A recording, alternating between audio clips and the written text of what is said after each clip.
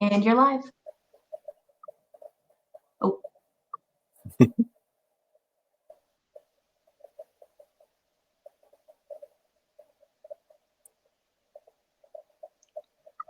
All right.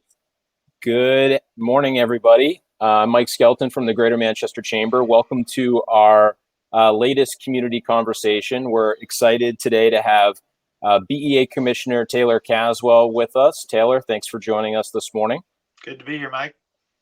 So we wanted to have the commissioner join us because he is at the forefront of a lot of important discussions right now regarding reopening our economy in response to the COVID-19 pandemic.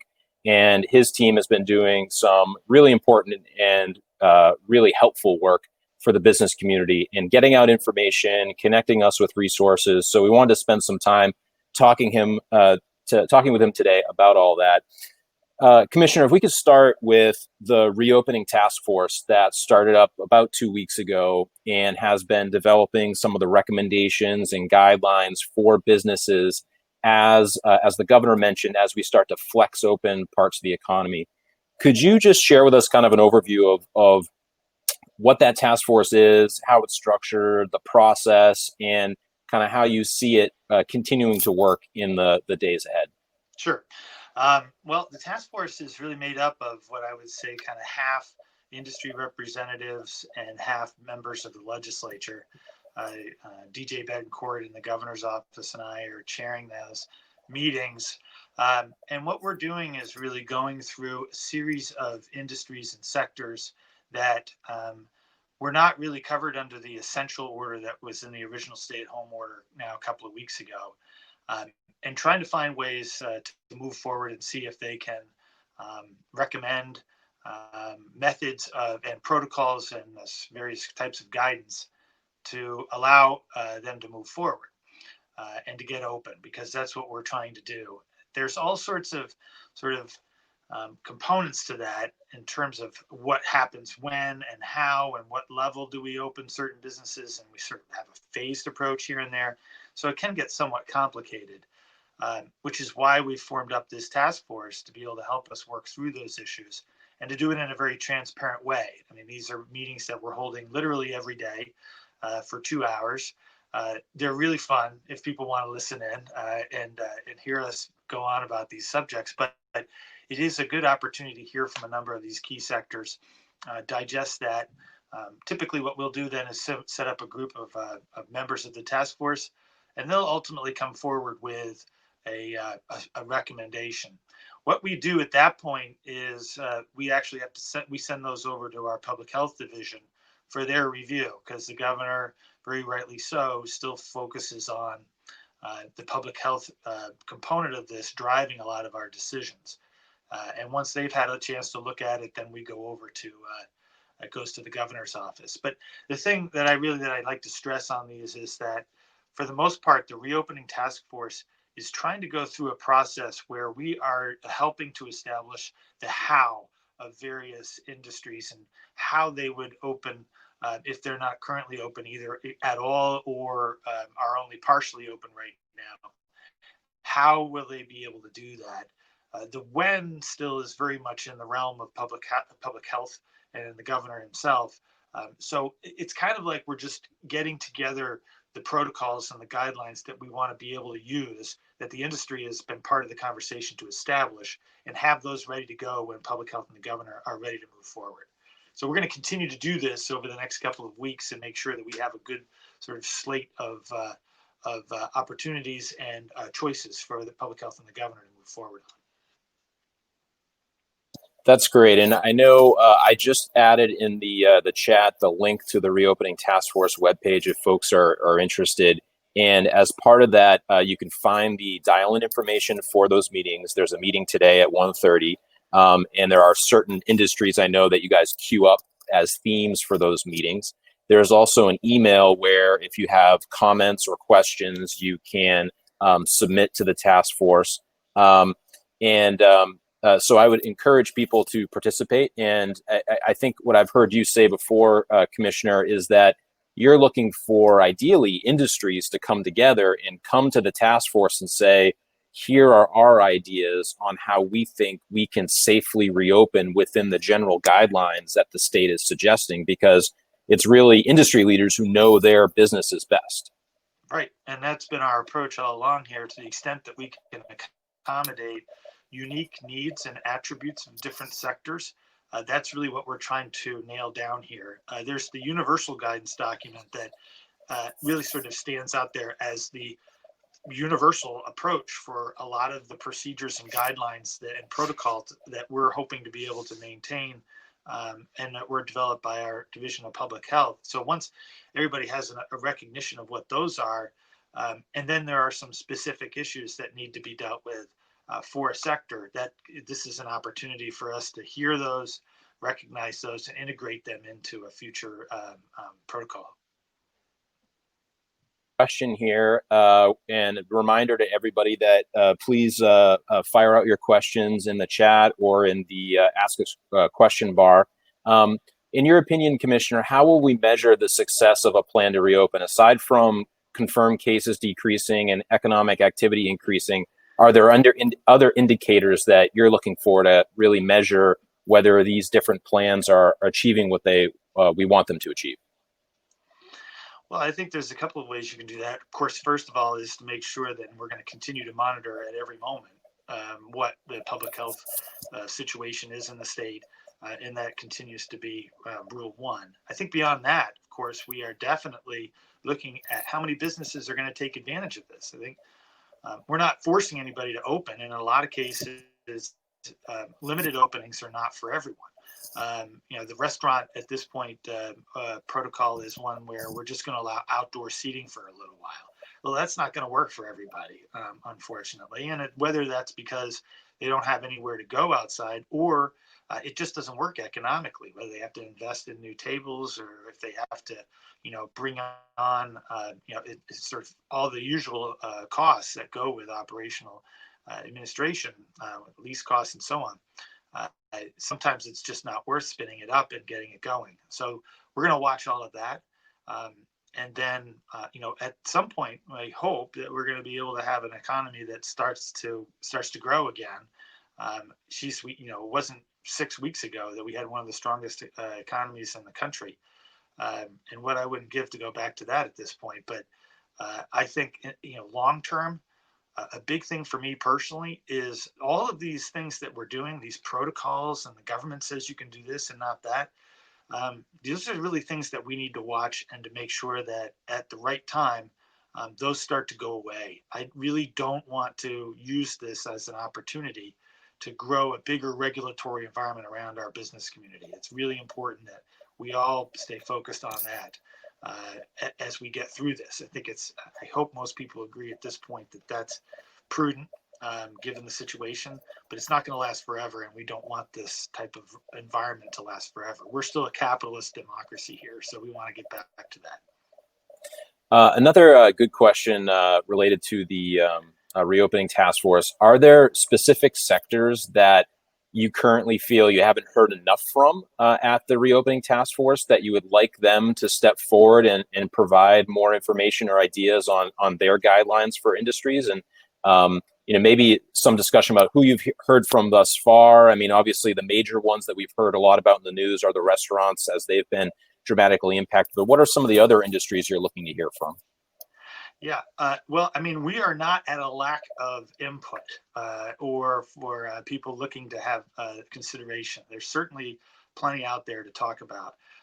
We have the order that we put out on Friday last week included a couple of industries, and some bigger than others, but restaurants, as you noted, right down to drive-in theaters, and I see my list here.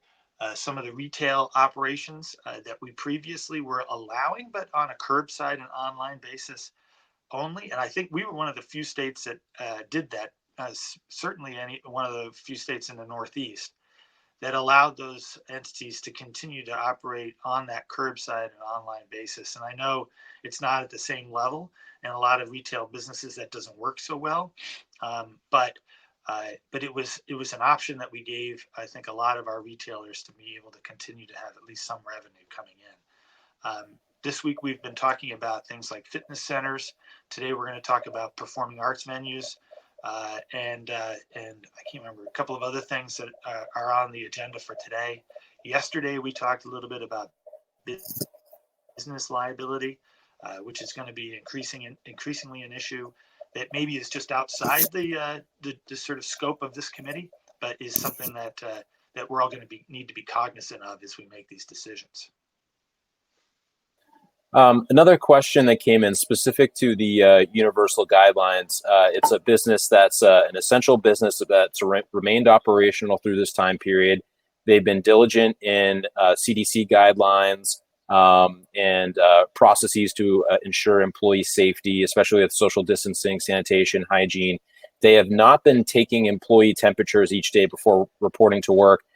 But the question is, the universal guidelines seem to suggest that this must be done. Is that true? And if so, what's the deadline to have that instituted? Well, this gets, a little bit tricky. I think we still are referring to these as guidelines. And it's not like we're going to send out a secret police force to make sure that everybody's doing these things. It's a very responsible way to operate. And I do think that, to my earlier comment around liability, it does make sense for businesses of certain scale to be able to, have one of those thermometer readers and just write it down. That everybody came in on Tuesday and they all met the sort of normal temperature range and they were asymptomatic. I think it's probably in the best interest of the employer at that point to maintain those types of records. I know it's difficult. Large manufacturing operations on a shift change, this is not something that really works well. So I think we're looking for ways to be able to accomplish that. The more creativity, the better here. I would urge businesses to try to find ways to meet all these requirements in a creative way. I know sometimes that's difficult, and if there are real issues, definitely reach out, and we can try to find a way to make that work for you.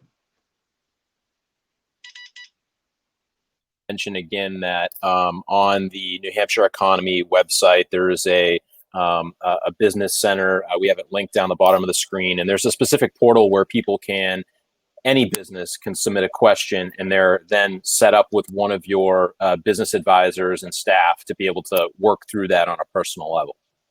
Yep. We set that up now back a couple of weeks ago when we did the first essential order.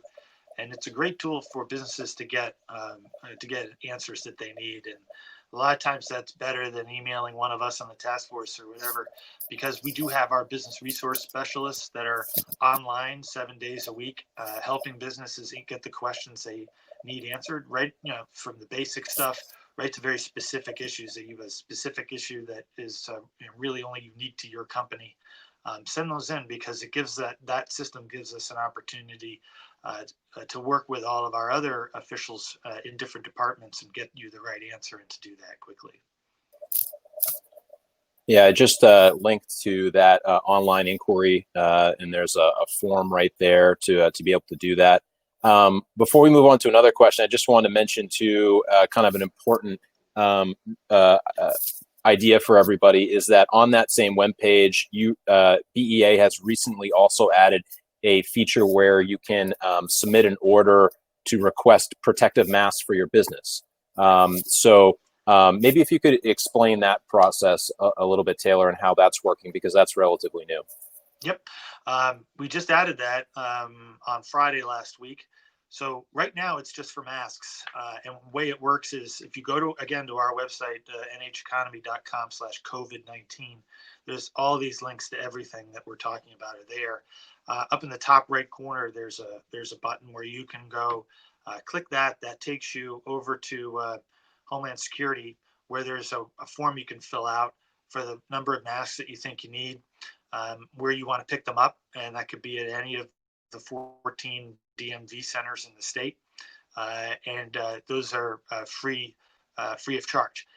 And we do all our best to be able to get you the number of masks that you need, both for your own staff as well as for people that are coming in that don't have one. The larger issues, more type of PPE. You got some situations where you still have some medical needs for those. But as those supply chains continue to become more robust, our goal at the state is to be able to grab as much of that as we can. And it's still, at this point, it's going to be easier for us to order these things and to have them available than it is for individual companies. So we're trying to take that on, but we're a little bit at the mercy of those supply chains, and we're up against the federal government who's trying to buy out everybody, and a lot of other states. So it's coming. You know, 2-3 weeks ago, we would never have thought that we had 5 million masks here in the state. But that's the situation that we're in now. So hopefully, as we move through everything else, we'll have some more of that type of availability. Another question that came in is that many nonprofit organizations have lost significant revenue to canceled fundraising events and being closed to the public.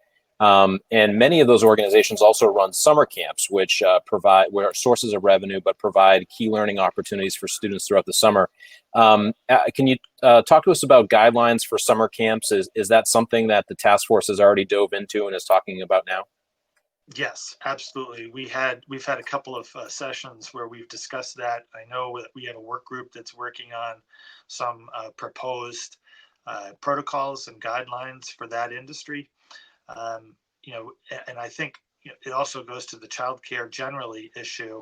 As we continue to open more of these businesses, a lot of parents are going to need to have that option. So it's becoming sort of all together here.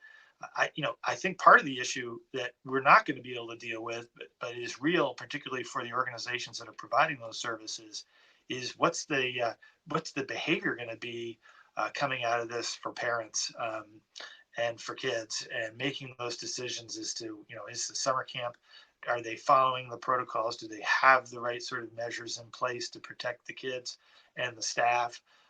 Those are all questions, and I think as we work through this and help to try to provide guidelines that are based on the latest knowledge and science that we have in our public health division, that gives a little bit of assurance to those parents that that's going to be okay. But there's no way that we can guarantee that stuff, whatever industry it is. And that's sort of the new normal that we're all going to have to wait and see how it works out.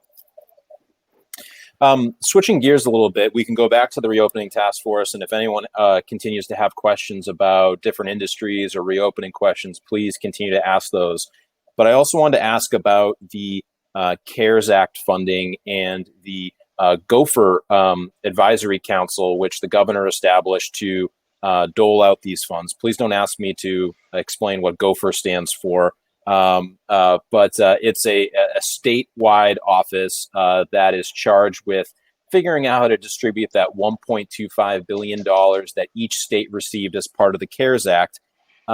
Now, Taylor, I know we've talked about a portion of that 1.25 is going to be set aside. There's lots of needs for that funding, but a portion of it is thought to be going to business support programs, whether it's loans, grants, or other mechanisms to support businesses and nonprofits. And could you just explain kind of the landscape of that process, the timing, and what your expectations are there? Sure. And Mike, I think it's the Governor's Office for Economic Reopening and Recovery. So you write that down. It's a long one. Yeah. But we'll just call it Gopher for now. That's an entity, yes, the governor set up a couple of weeks ago now. Jerry Little, who's the former banking commissioner, is heading that up. It's staffed with a number of reassigned state government employees from Department of Revenue Administration, Department of Justice, our own Department of BEA, and they're actually all using our offices in Concord as their headquarters. So what they're going through is a process that they were set up to have, again, a very transparent process with legislative advisory board, with some stakeholder advisory boards, to talk about how are we basically going to divvy up this $1.25 billion.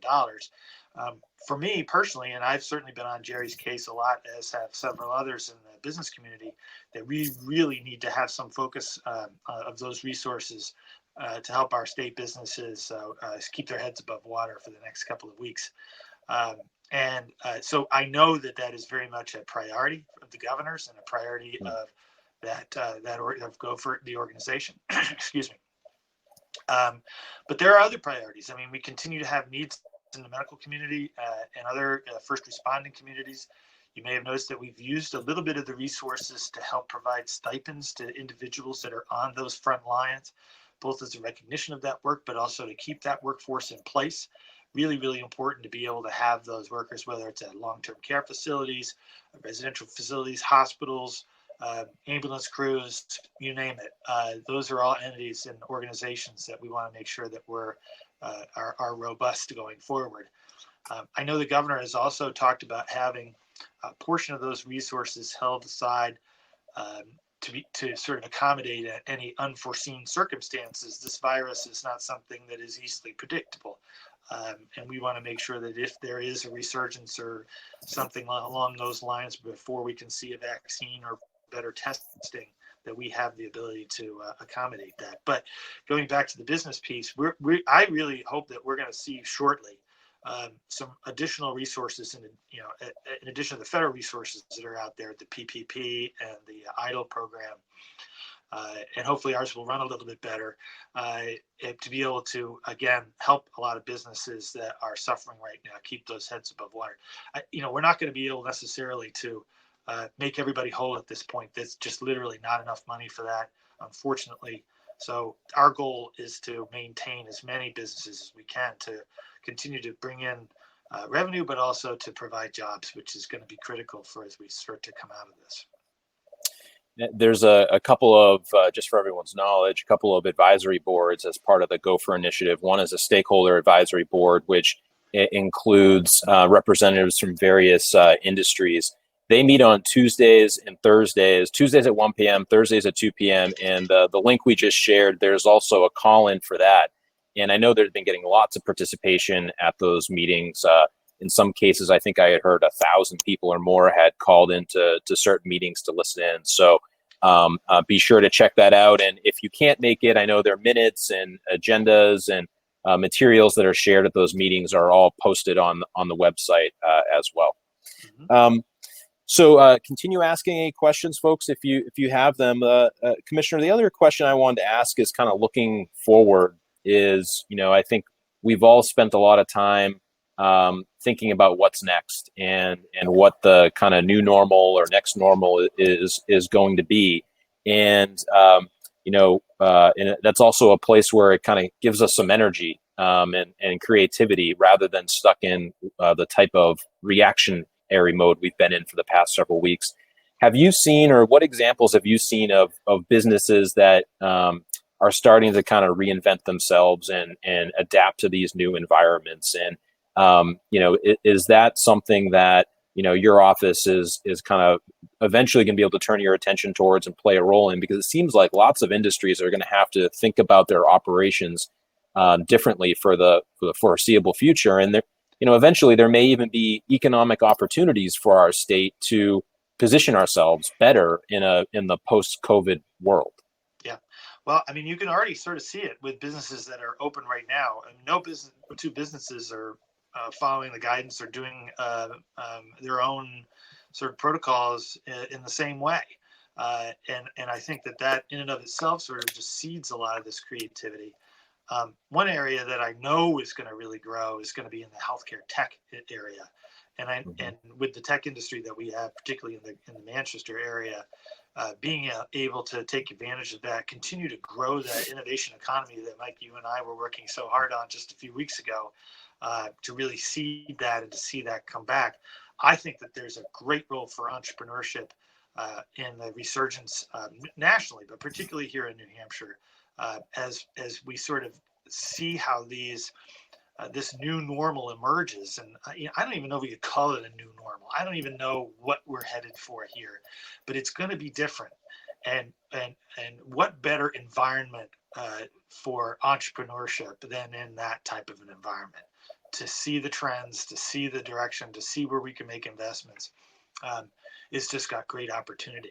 I would also say, despite all of this going on, our business recruitment team is still very, very busy through all of this on things that have nothing to do with COVID, but we're continuing to see investment in New Hampshire. So, the governor and I talk a lot about that the fundamentals, aside from this sort of like sheen that we have right now across everything that as part of the COVID response, a lot of our economic essentials remain strong. Now, you can look at an unemployment rate that is just staggering, but one would hope that that's just a result of a lot of these businesses being closed, and at some point we'll find opportunity for those people to come back to work. Maybe there's opportunity to have some retraining and to have people take advantage of resources that could be made available to sort of take themselves in a new direction. There's going to be just a lot of that, but the recruitment piece continues, and the investments are being made across the state, which is encouraging, and I think is going to create even more opportunity on the other side of this.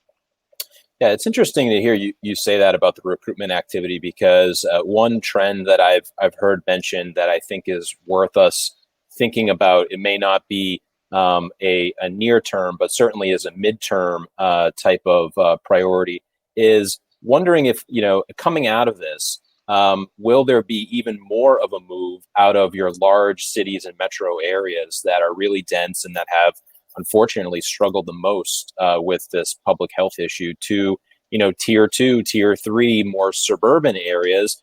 And, could Southern New Hampshire continue to benefit from that dynamic in our recruitment opportunities?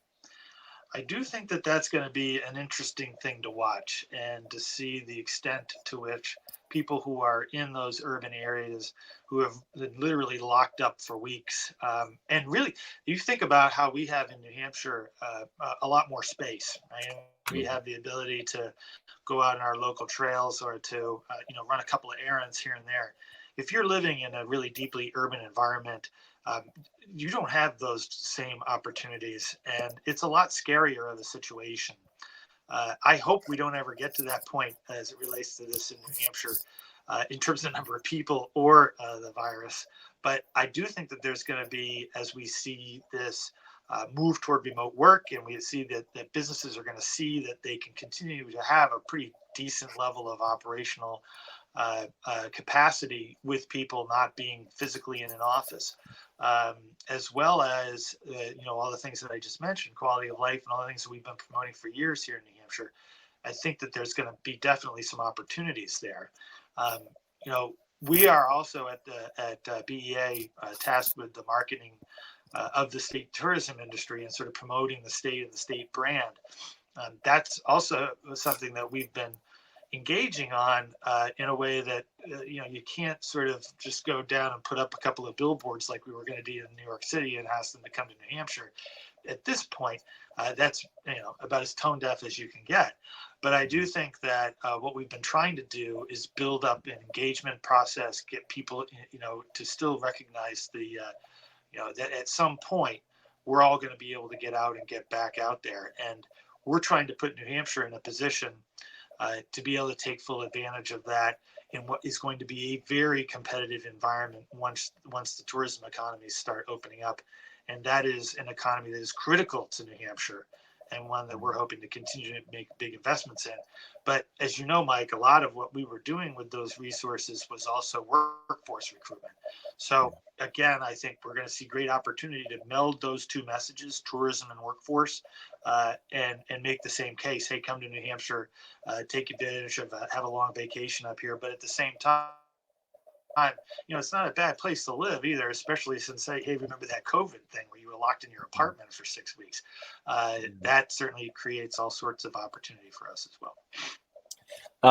So we have a question about, I think intersects with tourism, is about summer rentals and parks opening. And maybe if you could mention that, but I can broaden it for a minute just to pick up on what you're saying about how important the tourism sector is to our state overall, and just your general feelings on, obviously we have to let the public health situation really drive our decision making.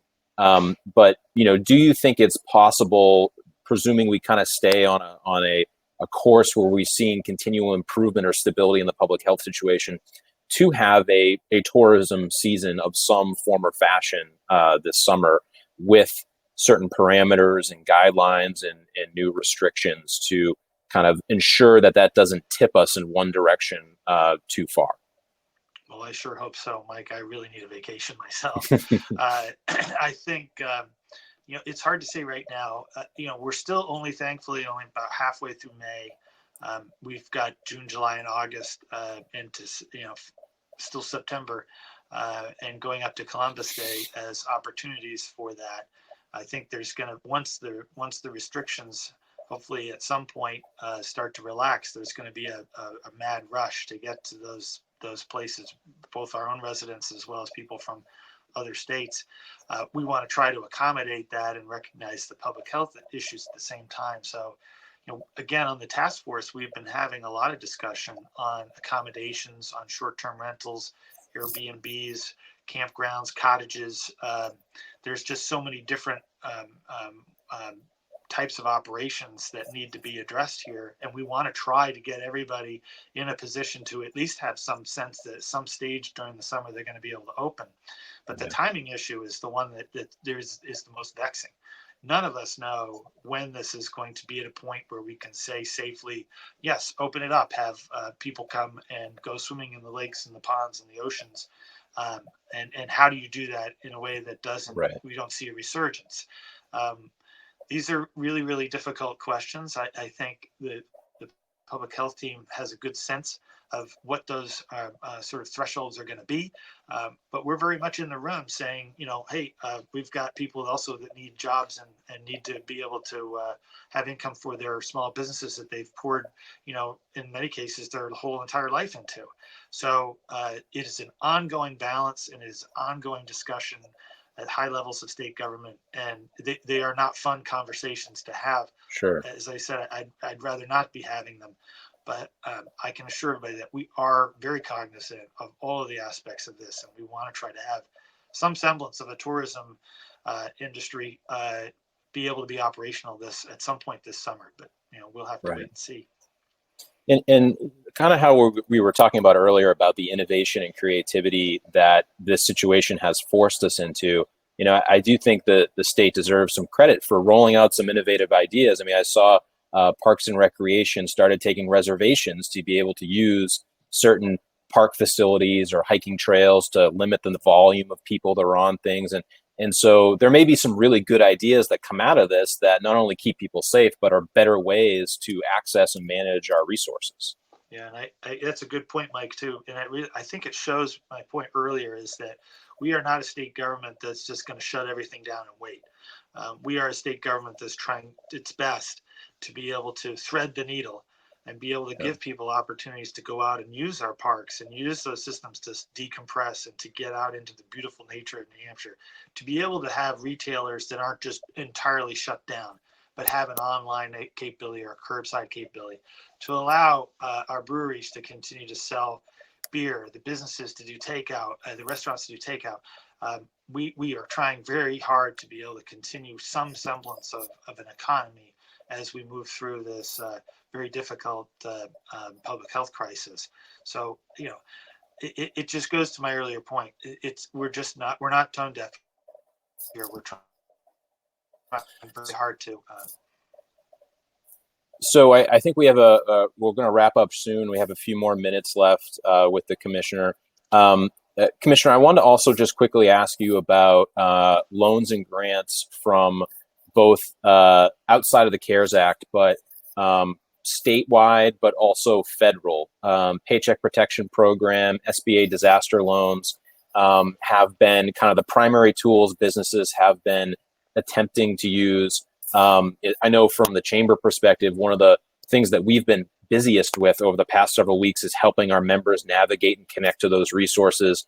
How do you think those are working? Do you think, we've seen with the Paycheck Protection Program, a huge volume of usage, not only in New Hampshire, but across the country. And if you had some advice or guidance for the federal government as they continue to tinker and tweak and hopefully enhance and expand those programs, what would you tell them? How much time do we have? Yeah, right. I think, Mike, as a general rule, yes, a lot of businesses have found great value in those programs, and the SBA and the banks that they're working with have done a great job at trying to make those things work. The federal government, and there are aspects though of that the PPP program that I continue to have a lot of difficulty with, not the least of which is the requirement that businesses be in a position to spend 75% of those resources out before the deadline. And you've Right. got businesses that are shut down by order of a Right. state government. So that is a real gap in the system, and we are jumping down their throats every day to try to get that fixed. The state also has a work share program through the Department of Employment Security that I think is a great way to have businesses be able to maintain some staff. It's a way that you can balance some of the unemployment benefits with some small amount of salary cost. And it keeps people at work. It keeps people off of the full unemployment system, and it allows you to retain your workforce. Really a useful program, but we're waiting for the feds to decide whether or not that is a reimbursable expense in the end. So little things like that, and maybe I see it, not everybody else does, but it just sort of drills into my head, and it makes me very frustrated. I'm hoping that the addition of some state resources is going to ease a little bit of that burden, maybe fill some of the gaps that we're seeing with the federal programs. But on one hand, I'm upset about it. On the other hand, I'm very happy that they were there, because if they weren't there, in a lot of cases, we'd be in a much more difficult situation. So, Right. you can depending on what day of the week, you can get me with a different sort of sense. But for the most part, I think they've been really helpful. Another question that just came in before we start to wrap up was about, I think it really goes back to the initial essential versus non-essential business, and that many larger big box stores like Home Depot, Walmart, supermarkets were deemed essential and stayed open, while smaller businesses had to close but had to switch to curbside and retail. Now that's being kind of flexed open to 50% capacity. I guess, could you just maybe explain for folks who are looking backwards and wondering, it was to your earlier point, you're trying to thread the needle as to what can stay open, what has to be closed. What was the thought process in how some of those businesses, the larger ones, are left open? I will say personally that, obviously you can't avoid going to the supermarket or Target. And for the most part, some people are doing a good job with social distancing and wearing masks and that sort of thing, but it's not universal. And so how do you thread that needle, and what's right to open and what's not? Well, initially on that essential, non-essential component, which was back on March 26th, I think it was, the trigger for those issues was primarily whether or not they were providing the provision that a lot of businesses, big and small, continued to be able to use to stay operational. It was a fine line, I guarantee, unfortunately, and that was one of the reasons why we felt strongly that we needed to be able to find some way, whether it's through the curbside or the online systems, to continue to allow businesses to operate as much as they could. Thankfully, I think starting on Monday, we're going to be on the other side of that. It's not the full boat yet. It's not the full 100% thing yet, but I do think it's going to help, and I hope it helps a little bit ease some of that burden. Well, Commissioner, really appreciate the opportunity and time today. It's been a great discussion, and thank you for all the work that you and your team are doing on this important issue, and how responsive you've been. I know it's been a great resource for us at the Chamber to be able to reach out to Jimmy Hinson in your office and so many of your other business resource specialists. They've been super responsive. So I would encourage everybody who is on today to visit that business center at newhampshireeconomy.com to reach out. And there are some really good resources out there. And if you guys don't know the answer, I know you're working really hard to get them. So I know in the Greater Manchester Chamber, in our neck of the hoods, we really appreciate the continued partnership. It's great, Mike, and I couldn't think of a better group of businesses than the New Hampshire business community to be advocating for and trying to help through this. It's just been a real pleasure for the most part in trying to help with stakeholders like yourself, but with a lot of businesses who have just come out of the woodwork saying, we want to help, we want to find a creative solution here, we want to help. get us there and recognize the situation that we're in. So none of us want to be here. None of us want to be doing this.